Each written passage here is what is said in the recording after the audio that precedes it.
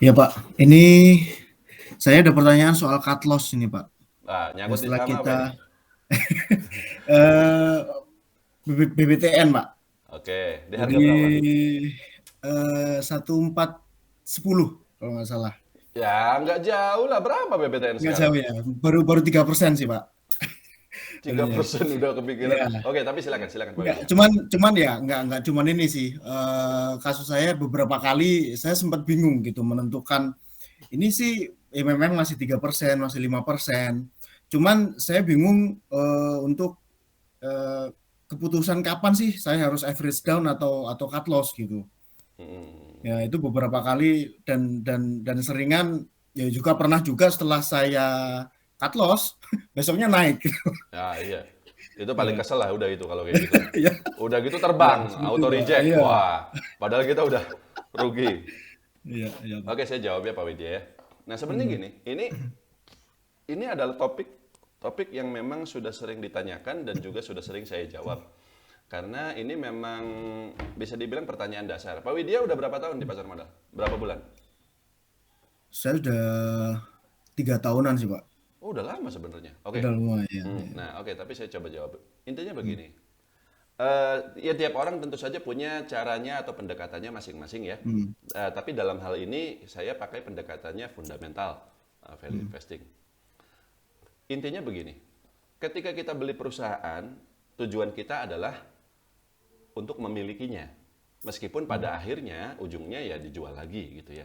Tapi tujuannya adalah kita akan memiliki, menghold sahamnya, memegang perusahaannya, nggak akan dijual lagi. Nah, jadi harus ada syarat-syarat yang harus dipenuhi oleh saham tersebut, oleh perusahaan tersebut, agar sahamnya itu layak kita beli lalu di hold. Apa? Ada tiga. Yang pertama, kinerja perusahaannya bagus. Kalaupun kinerja di masa lalu tidak bagus, ya, tapi yang penting kinerja terakhirnya cukup bagus. Yang tadi Pak Albi bilang labanya naik, apa namanya ROE-nya besar dan seterusnya. Kedua, valuasinya cukup rendah. PBV-nya berapa, PI-nya berapa, dividend yield-nya berapa. Itu sudah saya jelaskan lebih detail lagi di video hmm, seminarnya ya. Dan yang ketiga adalah prospek kedepannya juga cukup cerah. Kadang-kala begini, perusahaan itu laporan keuangannya masih bagus, nggak ada masalah dan seterusnya, tapi ada peristiwa tertentu di luar sana ya yang bisa dibilang di luar kendali perusahaan, tapi itu menyebabkan prospek perusahaan ke depannya berubah. Contoh, sekarang ini kan sejak beberapa bulan yang lalu kita lagi ada namanya PPKM, pembatasan. Saya bahkan nggak hafal itu singkatannya apa itu. PPKM itu kepanjangan dari apa gitu loh. Tapi intinya itu kan hampir bisa dipastikan akan bikin ekonomi turun lagi di kuartal 3 ini. Dan ada kemungkinan di kuartal 4 nanti juga belum belum begitu pulih. Dan ada beberapa sektor yang memang terpukul. Contohnya retail ya kan atau yang mall-mall gitu seperti karena apa? Sekarang susah sekali kalau mau masuk mall, syaratnya harus vaksin. Ya kalau kalau sudah divaksin iya, tapi bagaimana dengan mereka yang belum divaksin dan seterusnya. Nah, jadi kalau misalnya ada perusahaan pengelola mall yang laporan keuangannya bagus, valuasinya juga masih murah, tapi karena ada peristiwa PPKM itu mungkin sahamnya tetap akan turun. Mungkin sahamnya tetap akan turun karena orang melihat wah ini prospeknya minimal untuk jangka pendek agak agak suram seperti itu. Nah, jadi tiga itu, Pak. Kinerja keuangannya bagus, valuasinya juga murah, dan prospeknya juga aman. Kalau tiga itu memenuhi, kita beli, lalu hold. Holdnya itu selama apa? Selama tiga syarat tadi tetap terpenuhi. Dan tiga kriteria itu kan itu bisa berubah setiap saat. Contoh, laporan keuangan. Nanti kan 3 bulan keluar lagi laporan keuangan berikutnya. Apakah hasilnya masih akan tetap bagus seperti hmm, laporan keuangan sebelumnya? Belum tentu. Bisa jadi nanti laporan keuangan hasilnya kurang bagus. Atau valuasi.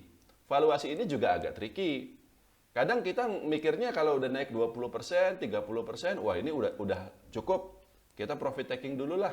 Bukan begitu lihatnya. Jadi bukan kalau udah naik berapa persen lalu kita profit taking. Sekali lagi kalau pendekatannya value investing.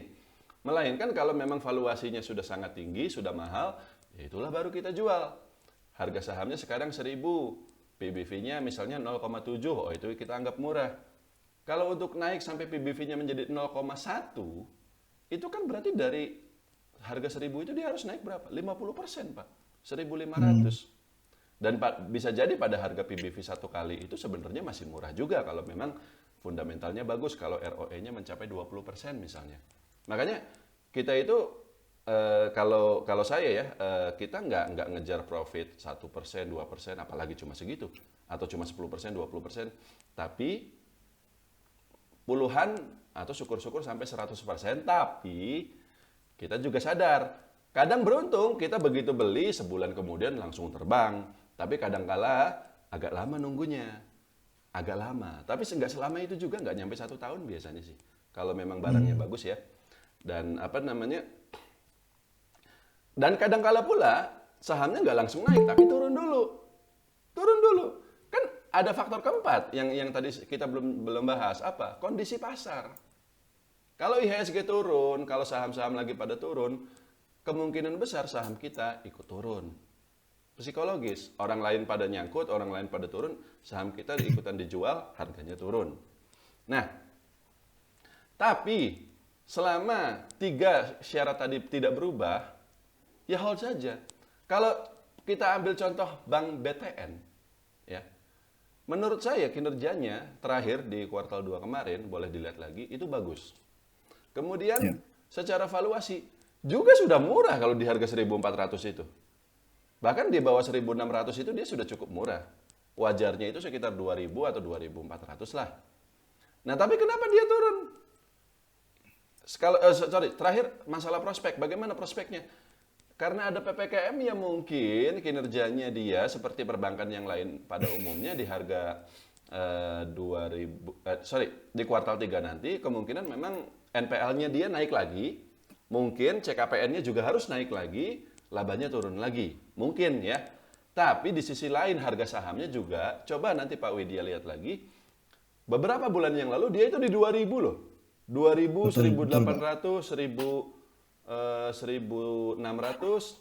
tapi sekarang dia sudah 1.400. PBV dia juga sudah 0, artinya apa? Kemungkinan harga sekarang itu istilahnya sudah price in, sudah mencerminkan kemungkinan bahwa di kuartal 3 nanti labanya akan turun. Sudah selaras gitu. Artinya kalau nanti laporan keuangannya keluar dan hasilnya memang tidak terlalu bagus, sahamnya nggak akan turun lebih dalam lagi, ya segitu aja. Gitu. Jadi prospeknya pun tidak, prospeknya ada sedikit berubah, tapi harganya juga sudah mencerminkan perubahan prospeknya tersebut. Gitu. Kecuali kalau misalnya sekarang harganya masih 2.000-an ya, saya akan sarankan Pak Widya untuk jual, ya profit taking. Tapi karena harganya sekarang dia memang sudah turun ke 1.400, itu sudah selaras dengan perubahan prospeknya itu tadi. Nah, Jadi kalau gimana? sorry.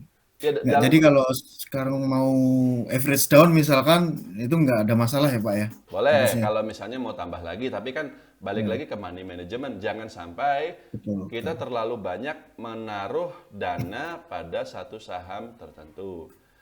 Selama, saya kasih tahu Pak Widya, selama memang tidak ada peristiwa tertentu, misalnya nih ya, kayak kemarin itu kan Pegas itu ada cerita pajak, katanya sengketa pajak segala macam, atau yang konstruksi itu katanya ada gagal bayar utang dan seterusnya. Tapi BTN kan nggak ada cerita-cerita begitu, aman-aman Betul. aja. Ya kredit dia macet ya sama bank yang lain juga begitu. Nah, selama tidak ada peristiwa-peristiwa penting yang mengubah secara drastis prospek perusahaan ke depannya bagaimana, mau sahamnya turun sampai 1.200 sampai 1.000, hold saja. Nggak apa-apa. Gitu. Kecuali begini, ini kan Pak Widya belinya di harga 1.400, memang murah di harga segitu. Kalau misalnya dia turun-turun, ya sekarang kan naik lagi kan, masih di situ-situ juga gitu loh, nggak jauh-jauh gitu. Kalau misalnya dia turunnya udah lebih dari 10%, nah itu cek lagi. Karena kadangkala ada peristiwa tertentu yang yang kita miss, kita nggak tahu gitu, kita baru tahu belakangan. Tapi kalau nggak ada apa-apa, 10% itu masih wajar Pak, hold saja. Habis itu dia lanjut turun lagi 20%. Cek lagi. Nah, kalau udah turunnya 20% ada banyak kemungkinan. Tapi kemungkinan yang paling sering terjadi adalah kita belinya pada harga terlalu tinggi. Jadi bukan pada valuasi yang murah. Contohnya apa? Banyak investor beli BRI di harga 4 ribuan. 4 ribuan. Menurut saya itu harga yang mahal. Saya tidak bilang fundamentalnya jelek, saya tidak bilang prospeknya jelek. BRI bagus, tapi pada harga 4.000 mahal. Jadi kalau misalnya ada orang beli BRI di harga 4.000, 4.200, ya sekarang nyangkutnya lebih dari 20%. Nah, itu tuh bukan berarti harus cut loss, tapi ya gimana? Sejak awal posisi entry-nya salah gitu loh. Posisi entry-nya salah. Tapi kebetulan untuk BTN-nya Pak Widya ini, kan ada juga misalnya orang lain yang beli BTN di harga 2.000, ya nggak? Ya nyangkutnya lebih dalam kan? Nggak cuma 3% berarti. Nah itu karena dia sejak awal salah ambil posisinya. Gitu. Kalau kayak gitu saya nggak akan menyarankan untuk average down karena apa ya, sejak awal posisi dia udah salah gitu loh. Tapi untuk Pak Widya enggak. Harga 1.400 itu sudah cukup murah. Kalau misalnya dia turun lebih dalam lagi, harusnya nggak akan turun lebih dalam lagi lah. Segitu-gitu aja gitu loh. Seperti itu. Oke.